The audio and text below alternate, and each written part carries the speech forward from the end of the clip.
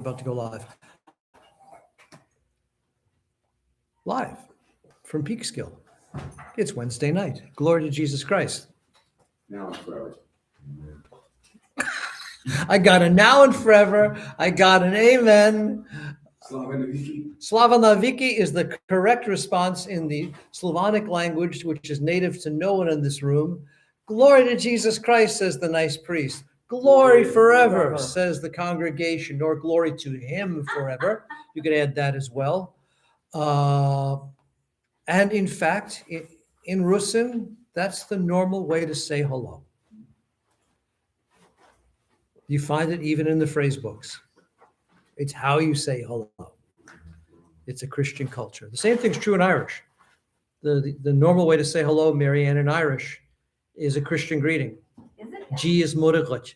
God and Mary be with you. But that's not what we're here for. That's not why we're here. Tonight we're looking at the end of St. Mark's Gospel.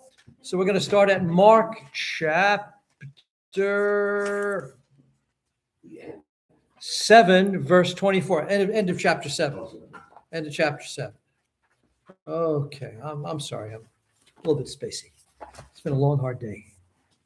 Do we got your lights down since it's that Old Testament? No, it's New Testament. Mark is New Testament. Oh, sorry. Ooh. There you go. All right. A very interesting feature of tonight's selection is that we are outside the land of Israel for most of it.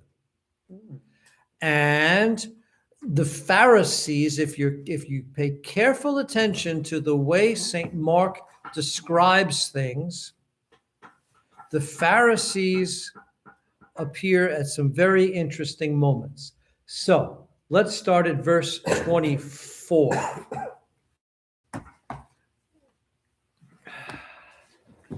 And from there, he arose and went away to the region of Tyre and Sidon. Where's the there from which he goes? Back in chapters, earlier on in chapter 7, he's arguing with the Pharisees over on the other side of the lake in Jewish territory. So he leaves the Pharisees and an unpleasant conversation, and he goes to the region of Tyre and Sidon. This is a map of the Holy Land. As you can see, it's extremely detailed. This is the Sea of Galilee. This is Tyre. This is Sidon.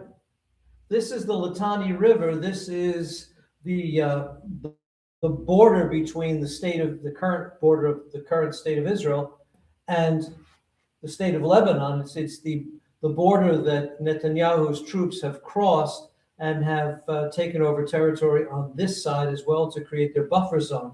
This area up here, two seacoast towns, two seacoast cities, were historically Phoenician, so they've been cities for a long time, since the time of King David, if not earlier, and they are totally pagan.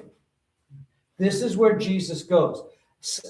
Tyre and Sidon, the Bible almost always mentions them together. They're a significant distance apart. You can't be in both at the same time. It's not like Minneapolis and St. Paul. But this region up here is known as Tyre and Sidon, and it's Gentile. Why does Jesus go there? Why would Jesus go there? One answer might be to escape the Pharisees. Because they're not going there. Another reason might be, if you think back a couple of weeks, he still really has never gotten that quiet time with his disciples that he wanted weeks ago. It still hasn't happened. We're not going to get any rest here. We've got to leave the country. And that's what he does. And it's a significant distance from here to here. If you go this way, it's at least flat. Over here, it gets more mountainous, and the further this way you go, the more mountainous it gets. This is moving down toward the lowest point on Earth. The Dead Sea is the lowest point on Earth below sea level. Is Tyre modern Haifa? No, Haifa's over here. Tyre is Tyre. It's in Lebanon. Oh, I see.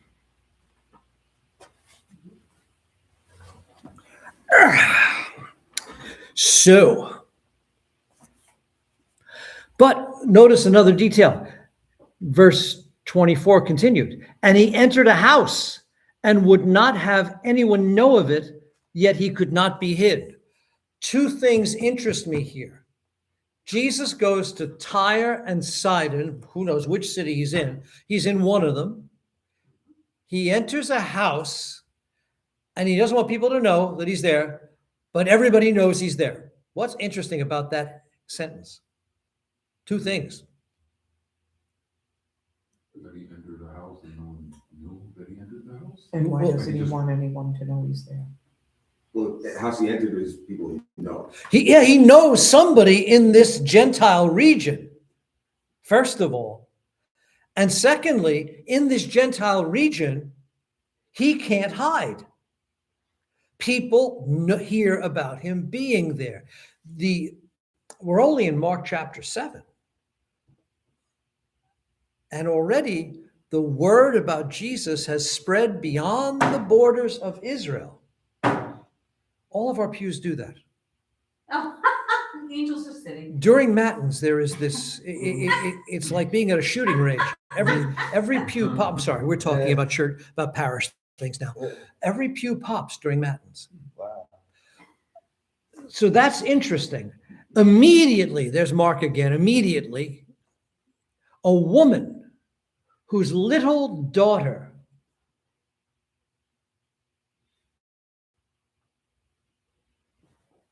was possessed by an unclean spirit, heard of him. Mark uses a diminutive, little daughter, like Uccia in Italian. It's not the figlia, it's figliuccia. His little daughter. That's the way you would speak. That's not the way you'd write. Her little daughter is possessed by an unclean spirit. She heard of Jesus, and she came and fell down at his feet. Now, St. Matthew, who tells the same story in the same order, Matthew and Mark are still following the same order, even from a couple of chapters ago. Matthew calls her a Canaanite. That's kind of like calling somebody from Massachusetts a pilgrim. It's historically true, but they're not Canaanites anymore. If anything, they're mixed ethnicity Greek speakers. When you say Canaanite, you're saying the original inhabitants of the land of Israel that God gave Joshua permission to drive out. So Matthew uses a kind of negative term for this woman, whereas Mark uses the term, in a minute, we'll see it. Mark uses the term that would have been current in the first century. So it's what this woman would have been called if she went to City Hall. A Canaanite woman cried out, "Have mercy on me, O Lord, son of David." Now that's pretty impressive for a pagan to say, Lord and son of David, which is the title of the Messiah. So in Matthew's version, this woman has already come to an understanding of Jewish expectation of the Messiah. But in Matthew's version, he wouldn't answer her a word. And his disciples came and begged him, saying, "Send her away, for she's crying after us." And Jesus answered, "I was sent only to the lost sheep of the house of Israel." But she came and knelt before him. See how Matthew has much more information there? And it seems to be emphasizing what? She speaks with a certain amount of Jewish faith. He won't talk to her. The disciples say, "Get rid of her." And Jesus agrees with them. "I was sent only to the lost sheep of the house of Israel." What's Matthew doing there? Presuming Jesus said and did all these things, what is Matthew doing by preserving them?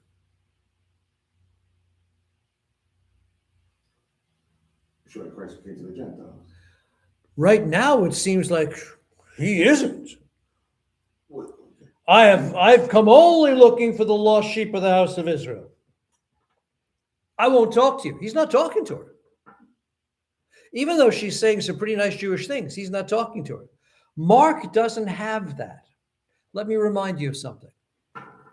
Matthew's gospel was written for a community of former Jews who accepted Jesus as the Messiah, living probably in Syria. Mark's gospel, I've said it so many times you should know it, was written for a community where? Rome. And that Roman community would have been mixed, Jews and converted Gentiles. So they're talking to two different groups of people. And for Matthew's community, it's kind of a little bit of a problem that Jesus at this point is in pagan territory at all and is about to heal a Gentile woman's daughter of her demon. Of course she's possessed by a demon. She lives in pagan territory. They worship idols. Of course she's possessed by a demon. They're all possessed by demons. So you can see the two different concerns of these two different gospels. They're talking about the same event, but they're choosing to describe it slightly differently, and they're choosing to remember and not remember different details. Back to Mark. She fell at his feet. Now Mark tells us more about her. Notice he presents her first as a person with a little daughter who's possessed by a demon. In Mark's version, we're already supposed to have sympathy for this woman. So right now, she's just a woman with a sick kid. Now we're told the woman was a Greek, that's her language, a Syro-Phoenician by birth. That means she's from the province of Syria, ruled by Philip the Tetrarch, in the territory that used to be Phoenicia. Jesus is actually here even out of, he's gone across a border between two Roman provinces. He's gone out of the province of Judea into the province of Syria. He's gone from Herod's territory to Philip's territory. She begged him to cast the demon out of her daughter, and he said to her, "Let the children first be fed, for it is not right to take the children's bread and throw it to the dogs." Matthew's version is slightly different. It is not fair to take the children's bread and throw it to the dogs. They repeat Mark's. Let the children first be fed. What's the difference between the two quotes? In Matthew, it's only the children get the bread. In this, it's let the children be fed first. And the children are the Israelites, and the dogs, everybody else. Dog, by the way, in Semitic languages is one of the nastiest things you can say to somebody. Because this is one of the places where Bible culture is not like our culture. Nobody kept dogs as pets. This word dog is like a jackal, like a coyote. This is a wild animal that eats trash and will hurt you and will steal your sheep. They're not cute little puppies. So Mark has Jesus say, children first, then dogs. Matthew has Jesus say, this food's for the children, not for the dogs. And in both cases, the woman's response is the same. But she answered him, yes, Lord, yet even the dogs under the table eat the children's crumbs.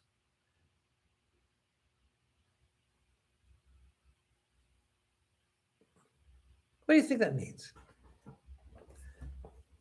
It's not right to take the children's food and throw it to the dogs. You're right. But even the dogs get the crumbs that fall from the table. What does that mean? You don't gotta try to feed them. I'm sorry? You don't gotta try to feed the dog. Maybe. What's another possibility? Salvation is for Israel. For Israel? No, I say God is God of everyone, is Gentiles and Jews. Initially. Initially, what does Jesus say to the Samaritan woman? Salvation is from the Jews. What does Jesus say to the apostles before he ascends? Remain here in Jerusalem until you are clothed with power from on high, and then beginning from Jerusalem, go everywhere else. That's the vision the entire New Testament gives us. But she's negotiating. It's true. You belong to the Jews. You're the Jewish Messiah. But here you are in my neighborhood, and you can do this. And I can translate this into beautiful New Yorkese. Jesus, throw me a crumb. Huh? That's exactly what she's saying. You're here. Why not? I know I'm second class in your eyes, but why not? And he says to her, for saying this, you may go your way. The demon has left your daughter. And she went home and found the child lying in bed and the demon gone. Matthew says it a little differently. He has Jesus say, O woman, great is your faith, be it done. And her daughter was instantly healed. I don't think faith is the only virtue that this woman shows. What other virtues does the Syro-Canaanite woman show? Perseverance. Perseverance is a Yeah. good one. How many times does the New Testament talk about perseverance in prayer? So there's that. What other virtues does the She's courage to say what to argue. She she has courage. Think about the New Testament women. Think about the Samaritan woman. Think about the Mother of God at the Annunciation. They're not afraid to challenge.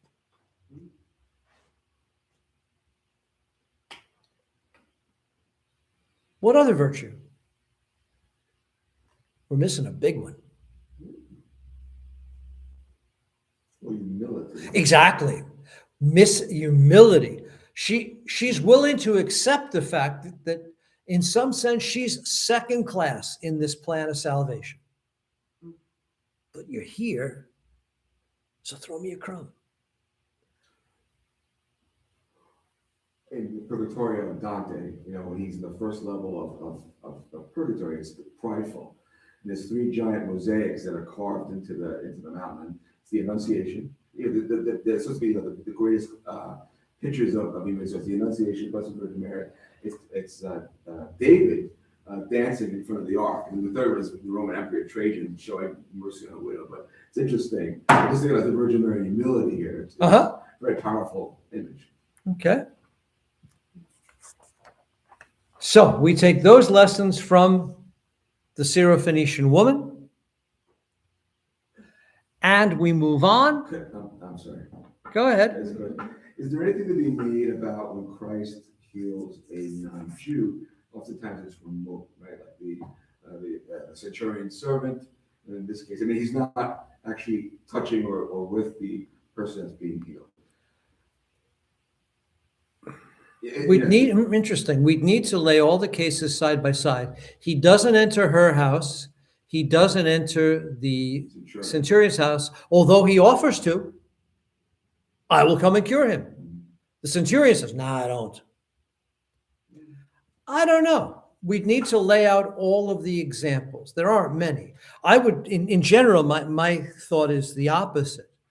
Jesus generally heals merely by a word.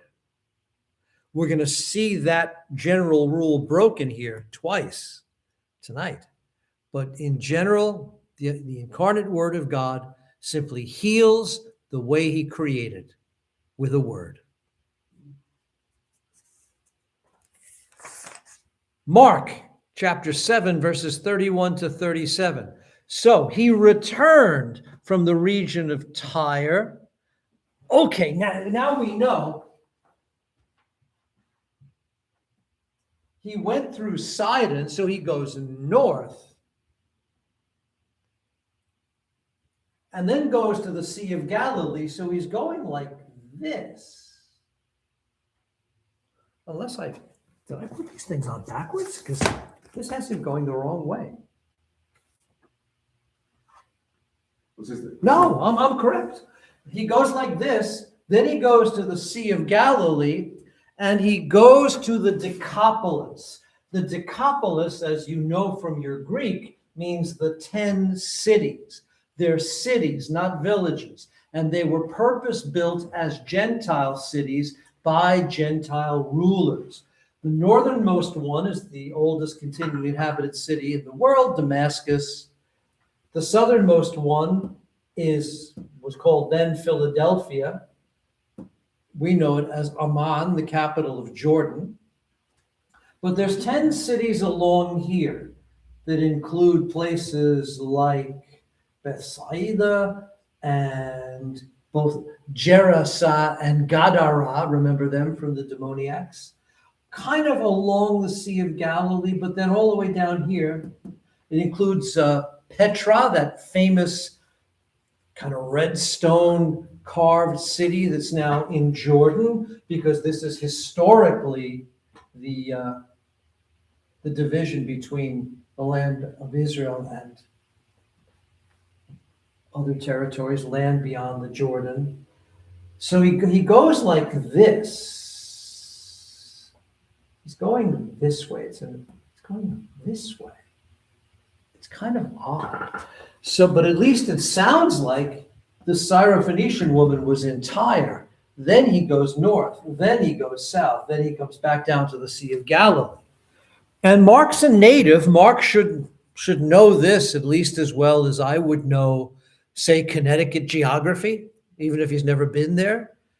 It's close enough, he should know it. He goes to the region of the Decapolis. So the Decapolis, we can presume, is still primarily Gentile territory. It's cities built by Gentiles for Gentiles.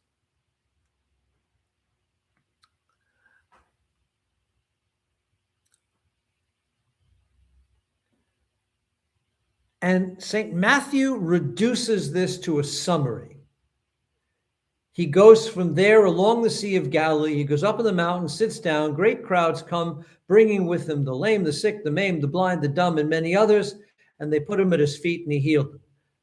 And the throng went away when they saw the dumb speaking, the maimed whole, the lame walking, the blind seeing, and they glorified the God of Israel. So Matthew kind of eliminates all this Gentile geography, doesn't tell us exactly where we are, so we presume we're back in Jewish territory by the Sea of Galilee, huh? And there's no specific healing, just a bunch of healings, and the result is that everybody glorifies the God of Israel. That's Matthew's version. Look at Mark's. Mark 7:32. They brought to him a man who was deaf and had an impediment in his speech. Mark uses a weird Greek word there, but it means impediment in speech. And they besought Jesus to lay his hand on him, which is a way of saying, heal him. And taking him aside from the multitude privately, Jesus put his fingers into his ears, and he spat and touched his tongue. And looking up to heaven, he sighed and said to him, Ephphatha, that is, be opened. And his ears were opened, his tongue was released, and he spoke plainly. This is, I believe, the most active healing Jesus ever performs. Takes the guy somewhere else, puts his fingers in his ears, spits, like I suppose like this, and touches his tongue. And Mark again records the very Aramaic word Jesus said, Ephphatha, which means you be opened. When was the last time Mark quoted an Aramaic word? It was a miracle. Jairus' daughter. What does he say? You're close. Talitha kumi. Talitha kumi. Good. This is unusual. Why is this miracle so active? It can make commentators uncomfortable because here Jesus looks a little too much like other first century healers. There's a little too much magic going on, too many gestures.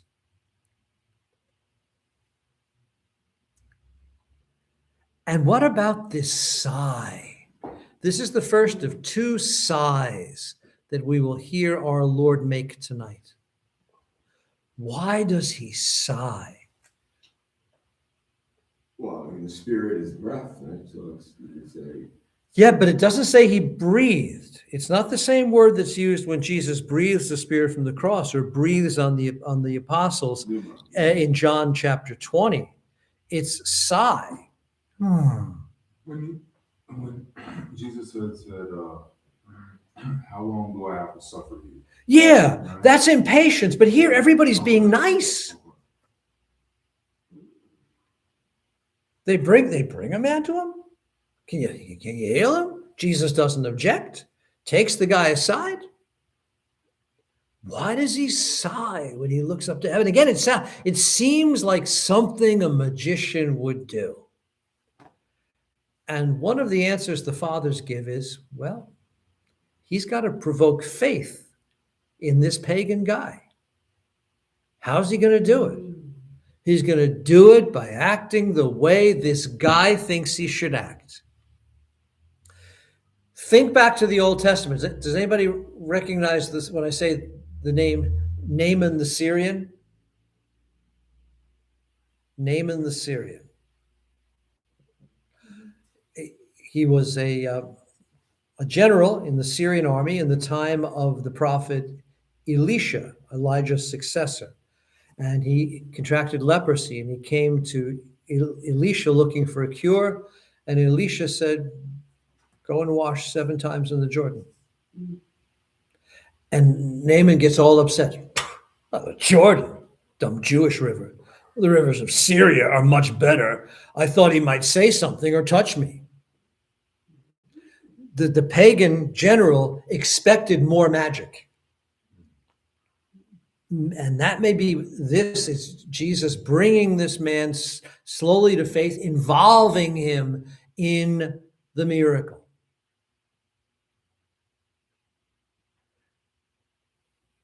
That makes sense? Mm-hmm. Mm-hmm. And he charged them to tell no one. But the more he charged them, the more zealously they proclaimed it. Okay, again, we've talked about this before. You've just given a guy miraculously the power of speech. And now you say, oh, don't tell anybody. Everybody in town knows the guy couldn't hear or talk. Don't tell anybody. What's going on here? Why?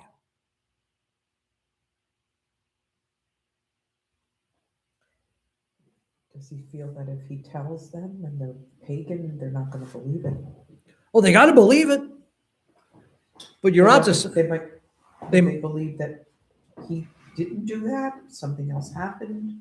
I'm not sure. That's how the Pharisees react about the man born blind in John chapter 9. Only a wicked generation asks for a sign. And, That's coming. No, but they didn't ask for a sign. They asked for a healing. but he doesn't want the healing to be seen out of context of the redemption. What would the wrong way be to understand this healing? You're onto it. Well, again, he's a magician. He's not the Christ. He's something else. Or he's the wrong kind of Christ. Let's take this guy and make him king. If I have that problem with Jews, I'm even more likely to have it with Gentiles. Or worse, a couple of Sundays ago, what did we hear in the epistle? Paul and Silas drive out an evil spirit, and suddenly the priest from the local pagan temple is coming down the street with an ox that he wants to sacrifice, and he's calling Paul and Silas Zeus and Hermes. There's that problem too. And look at the conclusion, verse 37. And they were astonished beyond measure, saying, he has done all things well. He even makes the deaf hear and the dumb speak. Matthew said they gave glory to the God of Israel. Mark has them almost quoting Isaiah chapter 35, verse 5, about the things the Messiah would do. I gave you this text a couple of weeks ago. We were talking about why the healings are signs of the coming of the Messiah, and why specifically healing the blind, the lame, and the deaf are particularly messianic signs. Is there more we want to say about this passage? There's another weird one coming. Do the church fathers comment any more about the mud and the spitting and stuff? Is there any- That's a whole different gospel that we're not talking about. Understood. And the answer is yes, of course. All right. I just- But it's exactly what you heard in the sermon. If you hear, it's what you hear. It's about creation, recreation. Understood. So it's like he doesn't want to be seen as this like magician thing. That's why. Doesn't want to be seen as a magician. Doesn't want to be seen as a secular Messiah. Doesn't want to be worshipped as the wrong kind of God. It repeats what we talked about a couple. Yeah, we've weeks seen ago. before. This is Yeah. recurrent in Mark. This Messiah secret. Jesus keeps doing amazing things and then saying, "Don't tell anybody." Thank you. No other parish has popping pews. You want to hear popping pews? You gotta come to Peekskill. Okay, Mark chapter 8. So there's no reason not to believe that up until now we've been in Gentile territory. Mark chapter 8. In those days, so we have a time switch, maybe a scene. This doesn't follow directly from what just happened. Are we in Jewish or Gentile territory? It's not clear yet. In those days, when again a great crowd had gathered and they had nothing to eat, he called his disciples to him and said to them, "I have compassion on the crowd because they've been with me 3 days now and have nothing to eat. And if I send them away hungry to their homes, they will faint on the way, and some of them have come a long way." Matthew has almost the same words, except for "to their homes," and "some of them have come a long way." There again, that's the kind of casual stuff you would say in a speech, but you wouldn't write down. Look how specific Jesus is being. A lot of these people have traveled a great distance. If I send them away to their homes, well, where else are they going to go? They may not make it. One of the fathers raises an interesting point. Why might Jesus have compassion on a hungry crowd in the desert? Because he's compassionate, not kidding. Well, that's a good reason, because he's compassionate. But why would he, in particular, have compassion on a hungry crowd in the desert? There's no resources, they can't go around and get it. That's done. practical. There's nothing they can eat. Why would he have compassion on them there? To represent like the Israelites in the desert during 40 years and the manna coming. Yeah, except in the Exodus, God doesn't show compassion. He shows power. He shows signs and wonders. He shows the strength of his arm. It's so obvious you're missing it. It's so very human. He has compassion on people in the desert who are hungry because he's been there.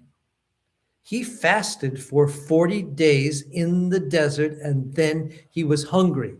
The incarnate Son of God knows what hunger feels like, and he has compassion on us. That's the whole theology of the incarnation in one rumble of your stomach. God made man, knows what hunger feels like, and he has compassion on the hungry. We know what hunger feels like. Do we have compassion on the hungry? Mhm. And his disciples answered him, verse 4, "How can one feed these men with bread here in the desert?"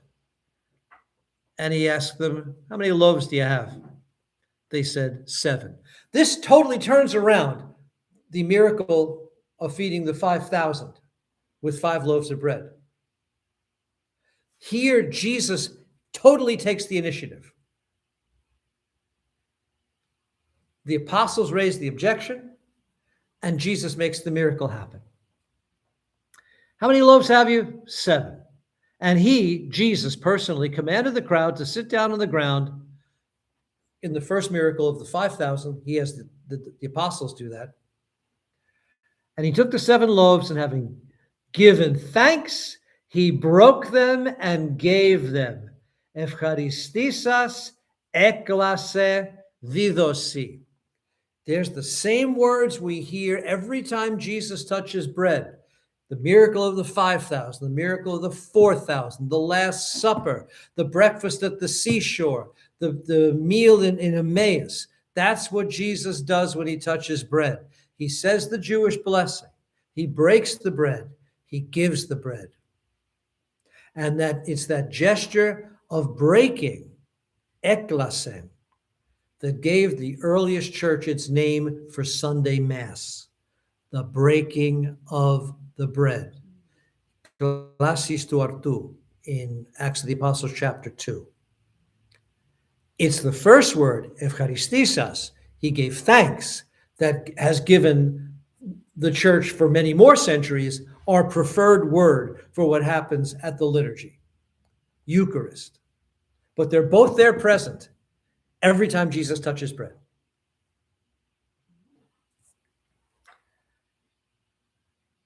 He gave them to the disciples to set before the people, and they set them before the crowd. Now that sounds a little silly. It sounds like the apostles put out the 7 loaves and then ran like hell so as not to be run over by the mob. But that's the technical term for actually putting food on the table for your guests. He set it before them. You set a table before me in the sight of my enemies, Psalm 23. Yeah? It's actually a nice refined word. And they had a few small fish. When you hang out with fishermen, you've always got a few small fish. And having blessed them, different blessing for fish, Jesus is being very Jewish here. The miracle, but let's be clear, the miracle is not in the blessing. When it says blessed, it means Jesus said the particular blessing over this type of food. Remember that, the other multiplication, again, it was very separate. And then the other one, Christ himself is described giving the fish separately than from the Yeah, bread, which is an interesting detail Yeah. that I've never heard an absolutely definitive explanation for. But there always seems to be a few fish around. And having blessed them, he commanded that these 2 should be set before them, and they ate and were satisfied. They ate and were satisfied. That sounds like the way the miracles of manna and quail are described in Exodus. And they took up the broken pieces left over, 7 baskets full, and there were about 4,000 people. Matthew adds, not counting women and children. He was a tax collector. He crunched numbers. And in Israel, this is Tagba, right, is what the church is for this miracle. Maybe for the first one, but Tagba, right, isn't it? Tagba is one of the 2 multiplication sites, yes. Which is near Capernaum. Not on this map. And that raises a question. You're doing good work here, Dr. Tony, because it raises the question about which side of the Sea of Galilee we're on. And the Tagba's on Because- north, kind of north. Well, Capharnaum is the top of the Sea of Yeah. Galilee. But it kind of,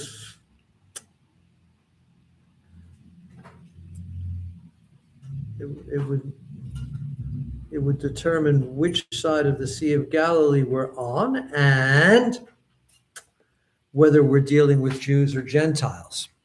But the text doesn't say.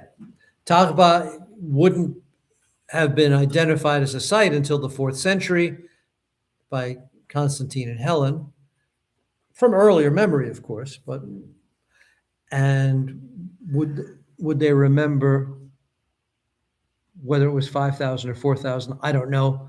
We can't solve the problem here. Feast day, I didn't know that. That is correct. Thank you. There were about 4,000 people. Now, the way traditionally this is interpreted is this is a miracle for the Gentiles because the number 7 represents universality, all the nations, and 4 represents the 4 cardinal points, north, south, east, west. Whereas in the first miracle, how many loaves of bread? 5. How many baskets of fragments? 12. 5 books of the law, 12 tribes of Israel. And notice, more Jews than Gentiles, which was not the situation that obtained in the church probably before the end of the first century. And he sent them away and immediately got into the boat with his disciples and went to the district of Dalmanuta. Friends, we have no idea where Dalmanuta is. St. Matthew has a whole different place name. He calls it Magadan. Magadan. The fathers tend to identify that with Magdala as the place where Mary Magdalene was from. But the fact of the matter is, we don't know where these places are. So all of that kind of argues for being on the east side of the Jordan River, on the east side of the Sea of Galilee in Gentile territory. So this is yet another miracle that Jesus has performed in the presence of Gentiles. He's had a prefiguring of the Eucharist for Gentiles. Now think about this. I keep coming back to this point.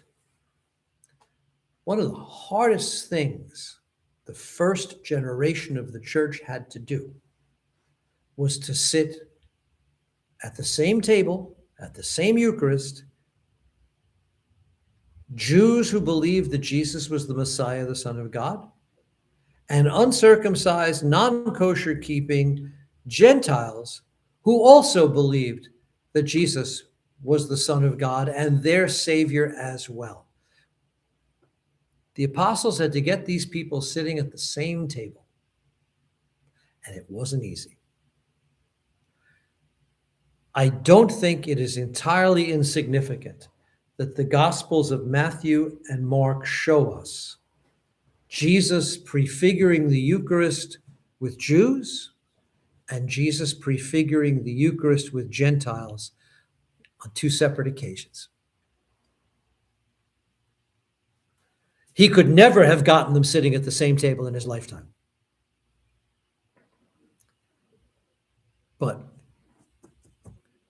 we have a Eucharist for each one. I think that's significant. Questions, observations, complaints, squeals, or like cries of heresy? Good. Then, Mark chapter 8, verses 11 through 13. Once again, I love the Gospel of Mark. Every now and again, it looks like Pharisees just pop out of the bushes. Please remember, it was to get away from the Pharisees that Jesus goes off to Tyre and Sidon in Mark 7:24. The last thing that happens before Jesus takes a little business trip to Tyre and Sidon was his argument with the Pharisees. Now they pop out of the bushes. The Pharisees came and began to argue with him, seeking from him a sign from heaven to test him. What's wrong with that sentence? Unpack that sentence. The Pharisees came and began to argue with him, seeking from him a sign from heaven to test him.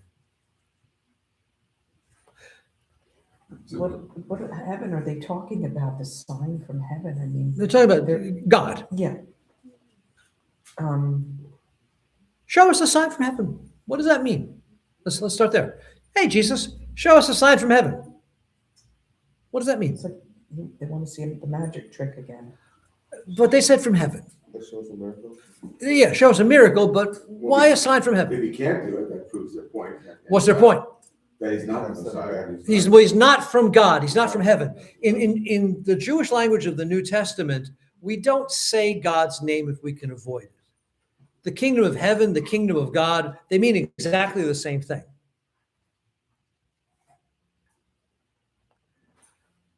So they mean, hey, show us a sign from God. But they come and they argue with him. Argue with him about what? In both Matthew and Mark, this follows exactly after the multiplication of loaves and fish for the 4,000 Gentiles. It follows right after it. So wherever he lands, in Dalmanuta, wherever that is, boom, there's Pharisees.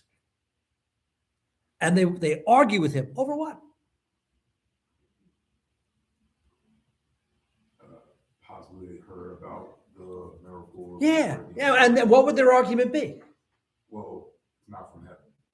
I mean, even if he did it, they'd say, "Oh, well, how can you prove that that's from heaven?"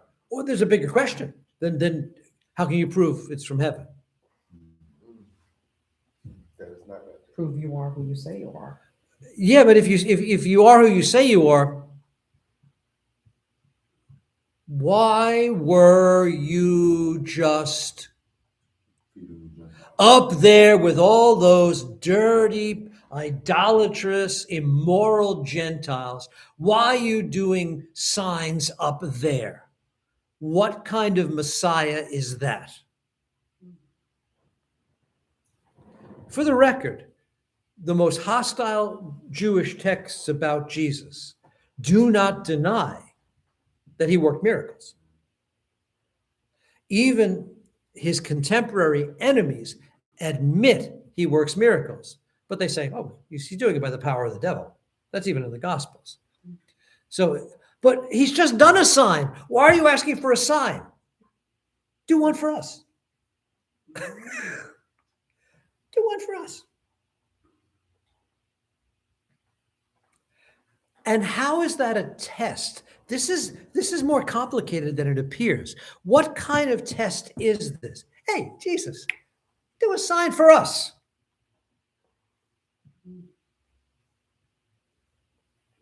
What kind of evil is lurking in that invitation? It's a trap.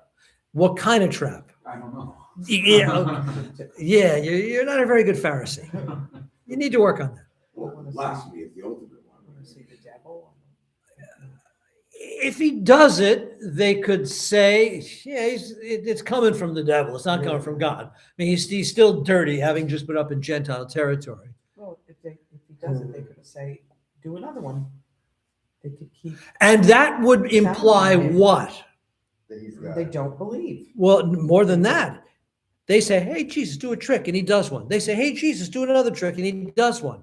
You work for us, something like that. They're controlling him. Or then they can go and say, look at this guy. He's showing off. This guy is prideful. This is a multi-pronged trap.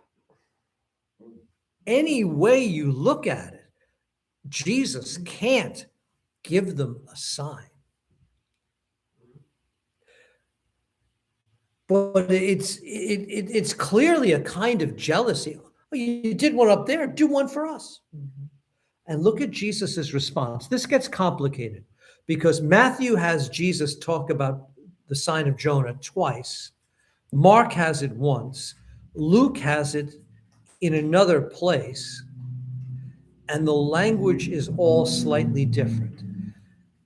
Verse 12, Jesus sighed deeply in his spirit. This is an exasperation sigh. The one where he's healing the deaf and dumb man is not. This is a whole different sigh. It's more like, Oh. we're gonna have to do Oh, you guys again. Yeah. He sighed deeply in his spirit and said, "Why does this generation seek a sign?" Matthew has it worse, and he has it twice. Matthew says, "An evil and adulterous generation seeks for a sign." How about that, you Pharisees? You're evil and adulterous. And adulterous in the Bible doesn't just mean having illicit sex. It means cheating on God by worshiping something that's not God. Why does this generation seek a sign? Mark has, "Truly I say to you, no sign shall be given to this generation." And he left them, and getting into the boat again, he departed to the other side, which sounds like they're going back across the Gentile territory. Unless Dalmanuta is on the east side and the Pharisees have found him on the east side, that would make it even worse. And then Jesus gets in the boat and goes to the west side, to the more Jewish side of things.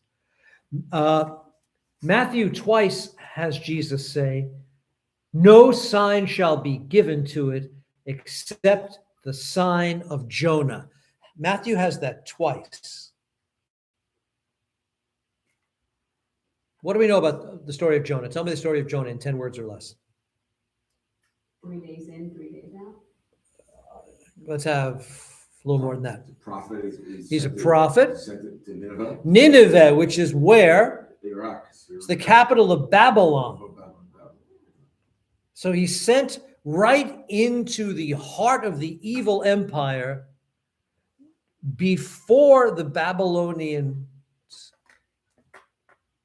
overtake the southern kingdom, between the fall of the north and the fall of the south. Jonah is sent to Nineveh. And for 3 days, what does he prophesy? Thrown out. For 3 days, what does he prophesy? The destruction of Nineveh. Oh, 3 more days and Nineveh will be destroyed. Walks through the city saying that. What happens? it wasn't. You missed the point. What happens? The Ninevites repent in sackcloth and ashes. His prophetic mission is theoretically successful. He got these Ninevites to repent. But what's Jonah's reaction? He cared for that little. You're missing the point again. What's Jonah's reaction? Why did you send me here if you knew you were going to forgive them anyhow? He's unhappy that they are saved. He tried to run away from the mission. He tried to take a boat in the other direction. That's how the whole whale thing happens. He didn't want them to be saved. And now here's Jesus saying to the Pharisees who say, "Hey, Jesus, you did a sign for those filthy Gentiles. Do a sign for us." And Jesus answers, "No sign will be given except the sign of Jonah," period. If Jesus' statement ends there, what does that mean? Others than Israel will be saved. Yeah, God wants all men to come to the knowledge of truth and be saved. That's the sign of Jonah. And you guys are being Jonah. You guys don't want them to be saved. You guys don't want them to have Eucharist. Now, in the second version, which is common to both Matthew and Luke, no sign will be given it except the sign of Jonah. Can somebody do that piece from memory? Only Matthew has this part now. For Jonah was in the belly of the Just whale. as Jonah was 3 days in the belly of the whale, So the Son of Man will be in the belly of the earth. 3 days, and then he will rise. Beautiful. So the sign of Jonah means 2 different things in the gospel. It means 2 different things in Matthew. It means God's desire for the Gentiles to be saved, and it prefigures the 3-day burial of our Lord Jesus Christ.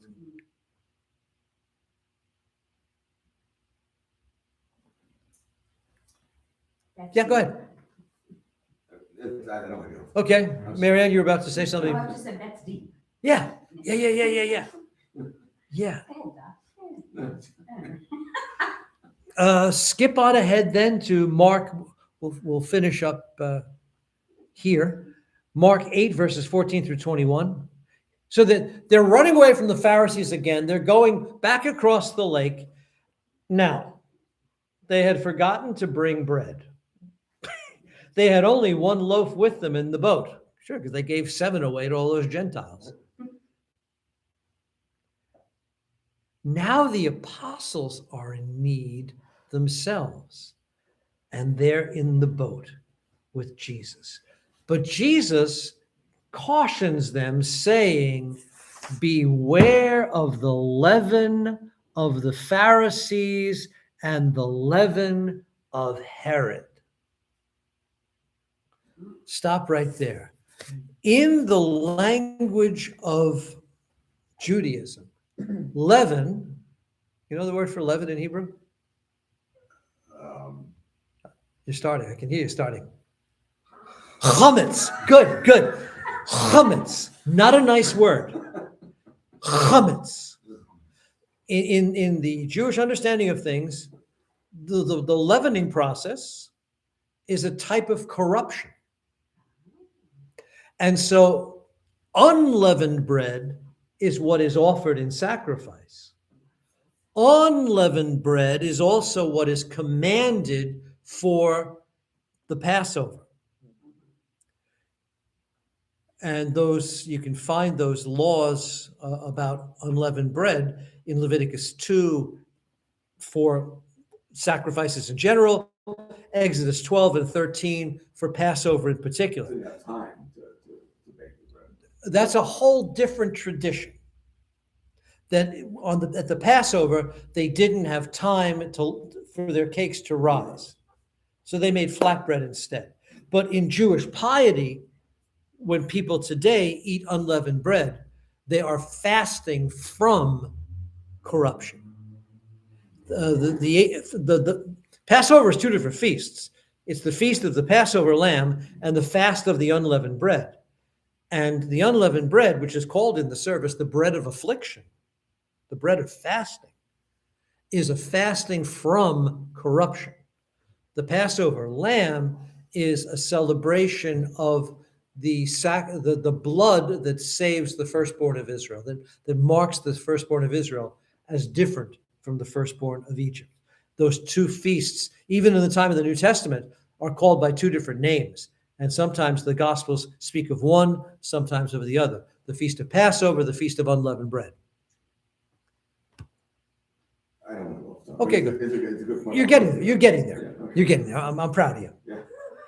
But please turn in your Bible to 1 Corinthians 5, verse 6, because St. Paul uses this symbolism, this Jewish symbolism, to good purposes. 1 Corinthians 5, verse 6.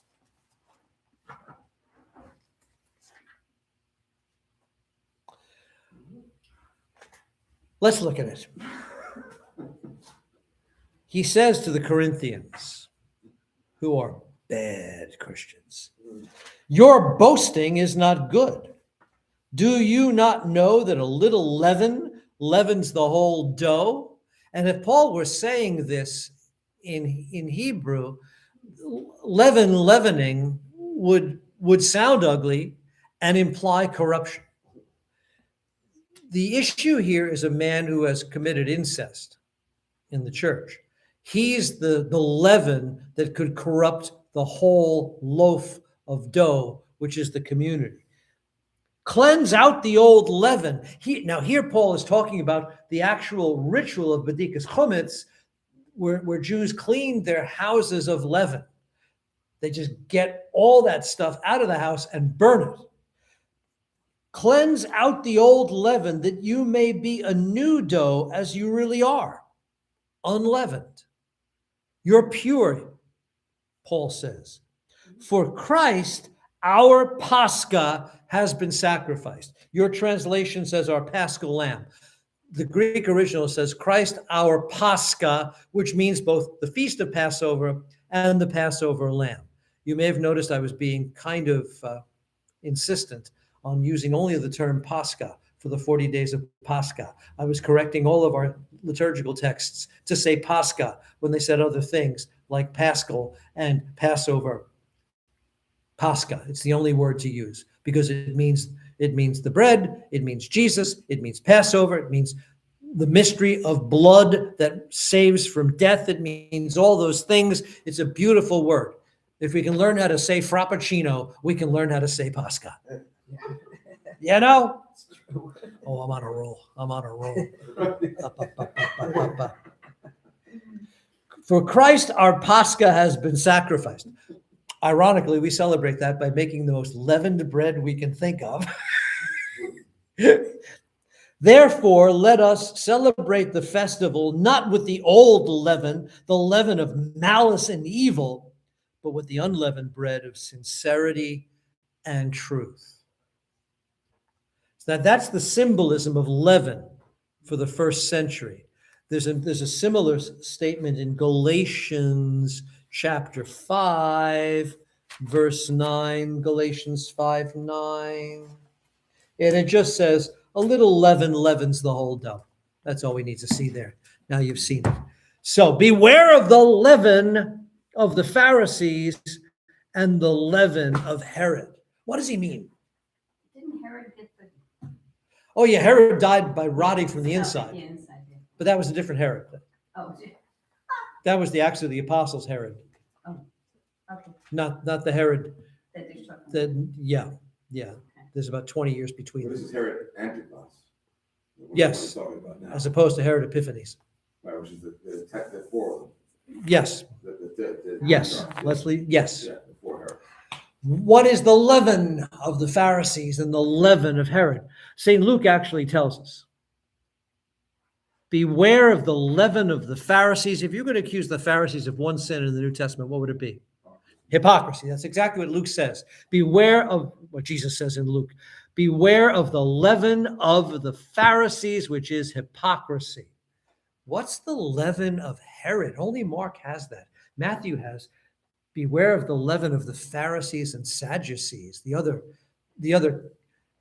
group in Judaism, the sophisticates, the temple priests, the guys who didn't believe in angels, didn't believe in the resurrection of the dead, didn't believe in the inspiration of the prophets, who had assimilated to Greek culture and had compromised in any way they needed to in order to maintain some degree of power under Roman rule.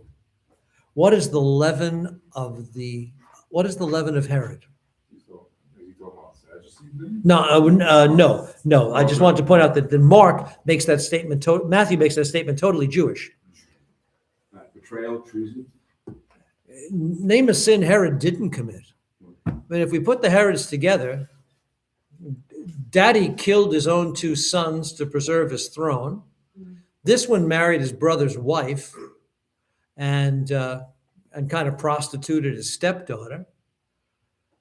Got drunk and killed John the Baptist because he was a man of his word. The next one will rot from the inside and start a persecution against the church. Corruption, worldliness. Beware of the leaven of the Pharisees and of Herod. Why? Because I think it's because of this. It's because they're leaving Herod's territory and going back over to Philip's territory. They're getting away from the Pharisees and they're getting away from Herod. They're going over here again. Yeah, they go back over there. I would read it that way, I think. But the apostles, of course, being dumb, misunderstand it. Look at verse 16. And they discussed it with one another, saying, we have no bread. That must be what Jesus means. Jesus is yelling at us because we have no bread. Caesarea and Caesarea Philippi are two different. They're Caesarea. Oh, Caesarea is all over the place Right. because they're towns named after Caesar. There are Antiochs all over the place because they're named after Antiochus. There are Ptolemies all over the place named, and these are all groups that descended from Alexander the Great. But that's a footnote. Let's get back to what we were actually doing. The apostles are saying, oh, geez, this is Jesus kind of cryptically telling us, you jerks forgot to bring bread. Jesus is warning them against hypocrisy and worldliness. They say, oh, we forgot to bring the bread. And being aware of it, Jesus said to them, why do you discuss the fact that you have no bread? Do you not yet perceive or understand? Are your hearts hardened? Do you, having eyes, do you not see? Having ears, do you not hear? And do you not remember? When I broke the 5 loaves for the 5,000, how many baskets of broken pieces did you take up? They said to him, 12. And the 7 for the 4,000, how many baskets full of broken pieces did you take up? And they said to him, 7. And he said to them, do you yet not understand? Understand what? This is the harshest scolding Jesus gives the apostles as a group. What don't they understand? What are you worried about? Because, what are you worried about? Because You're with me. you're with me, I've and done all these miracles. I've fed people with nothing. there you go. I've fed multitudes Right, you're not with understanding. limited loaves of bread twice now. You got 1 loaf. You think I can't make that stretch for 12 guys plus me? Of course I can. Don't you understand the 2 miracles you have just seen? When he says, having eyes do you not see, having ears do you not hear, Jesus is quoting some Old Testament. What's he quoting? Isaiah. Well done. Well done. Isaiah, what chapter? Chapter 53, 55. Well, that's one. 53 is one chapter you should always have memorized, but there's another one, Isaiah 6. When Isaiah has a vision of heaven and he volunteers to go and be God's prophet among the people. And what does the Lord say to him in Isaiah 6? It's not a very consoling message. Okay, here's your job description, Isaiah. And the Lord said, go and say to this people, more important to listen than to read.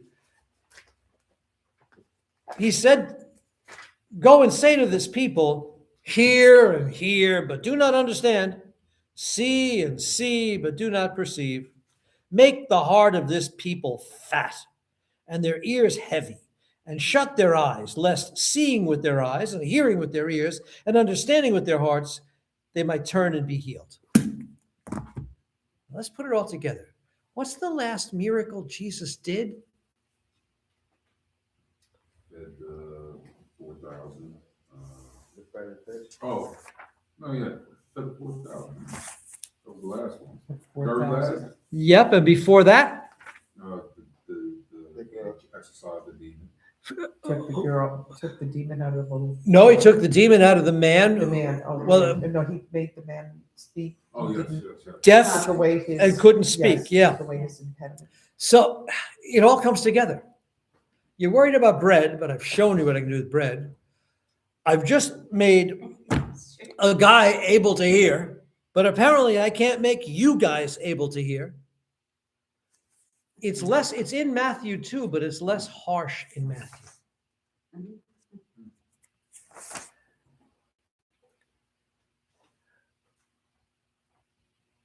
Are you so dumb? Matthew has something special. How is it that you fail to perceive that I did not speak about bread? Beware of the leaven of the Pharisees and the Sadducees. Then they understood that he did not tell them to beware of the leaven of bread, but of the teaching of the Pharisees and the Sadducees. Okay, that's a decent summary of the lesson they were asked to learn. And that's unique to Matthew. And only Matthew calls them, O men of little faith. And it's worth saying for the record, and we'll end here in just a minute. The Pharisees and the Sadducees agreed about nothing except one thing. Jesus has to go.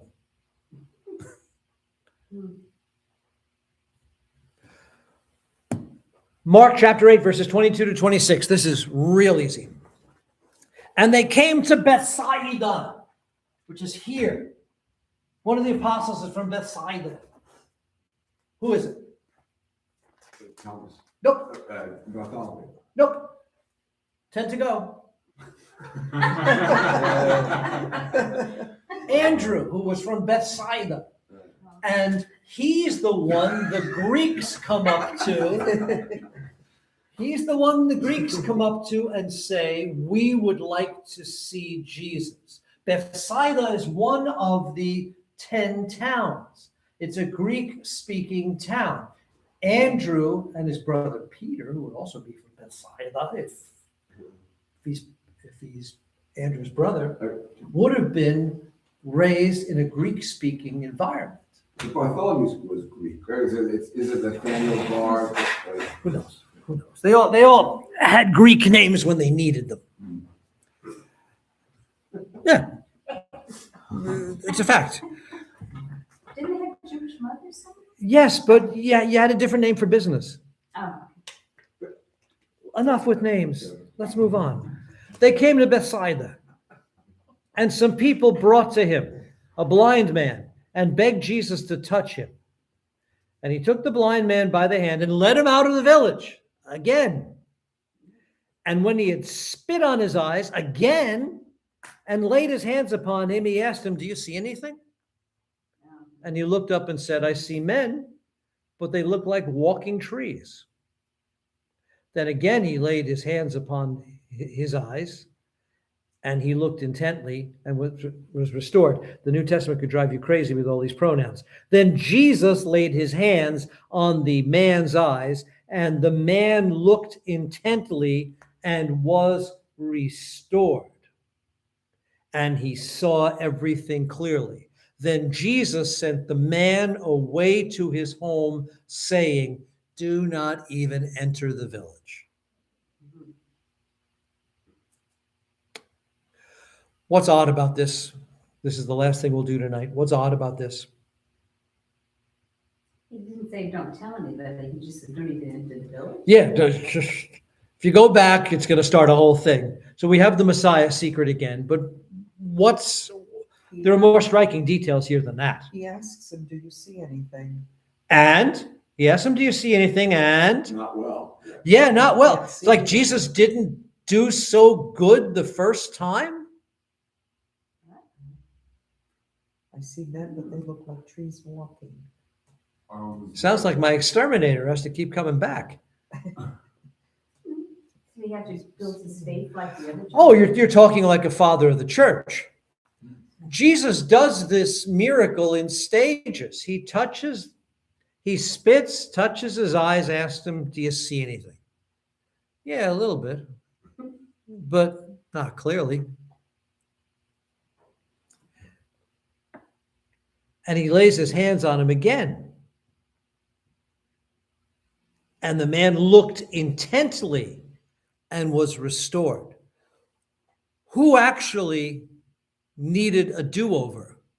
Was it Jesus or the man? The first time he It looks, was the man. but he doesn't see clearly. The second time he looks, and Mark has a very subtle way of changing the verb here in Greek. He looks intently, and his sight was restored.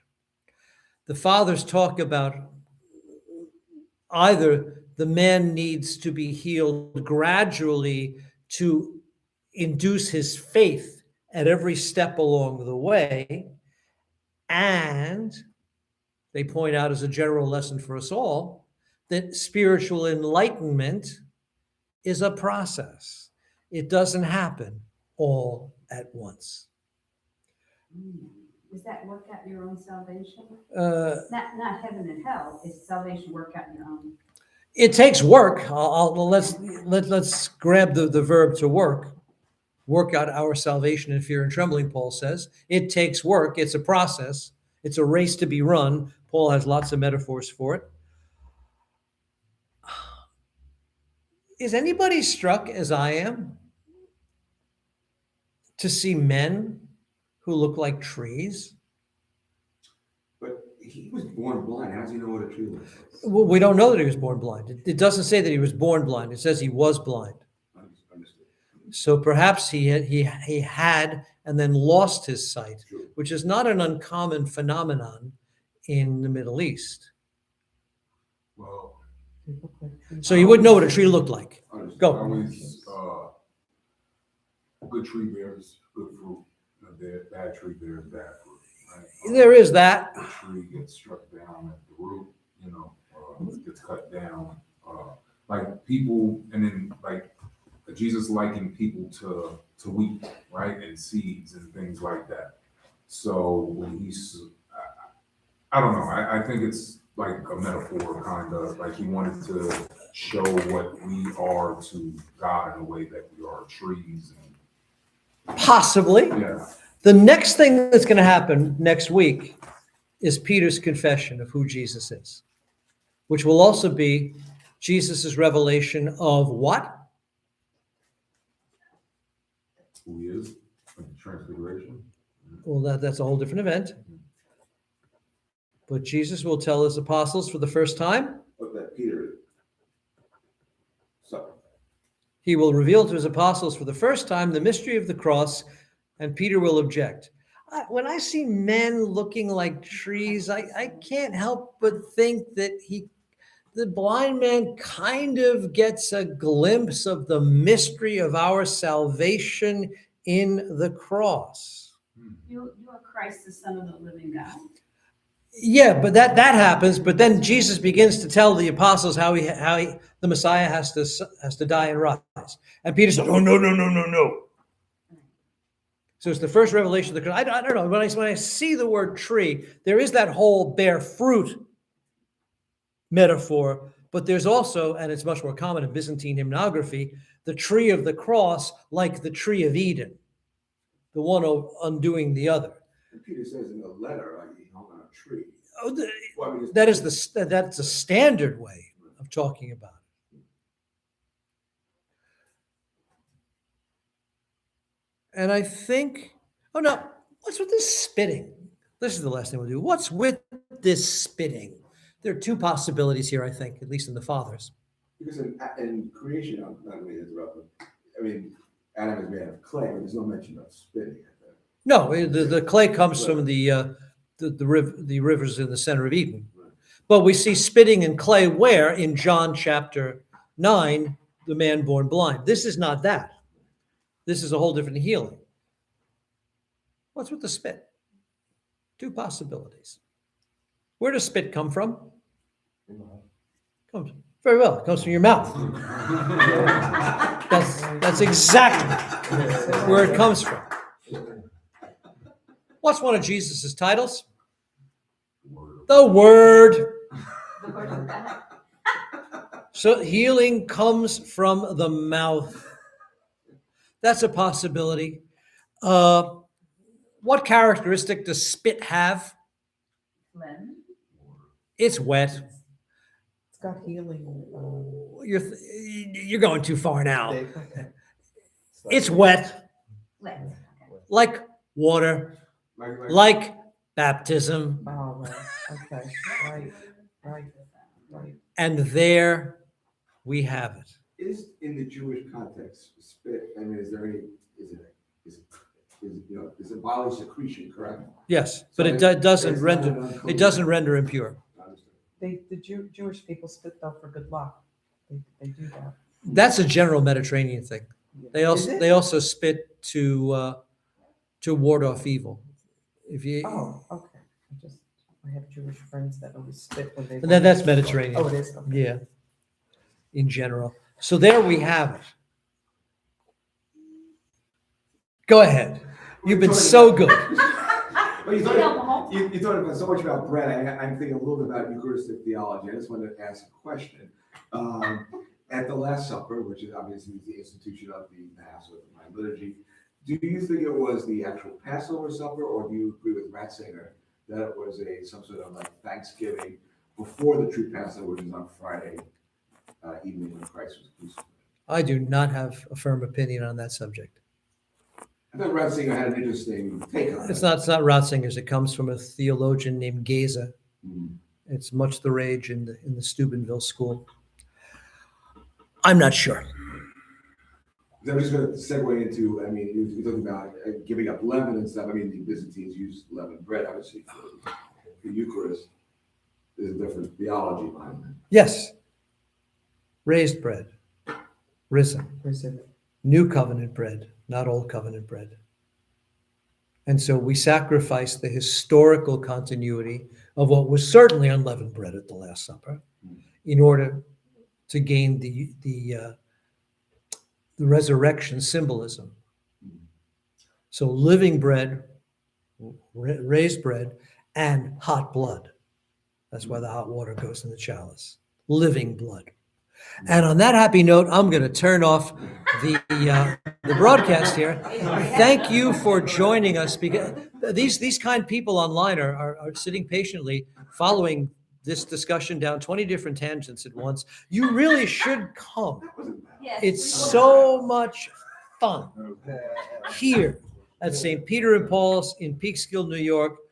Zbohom, go with God. Shut up, right? Well, I can't say shalom because I know, that's good too. that could mean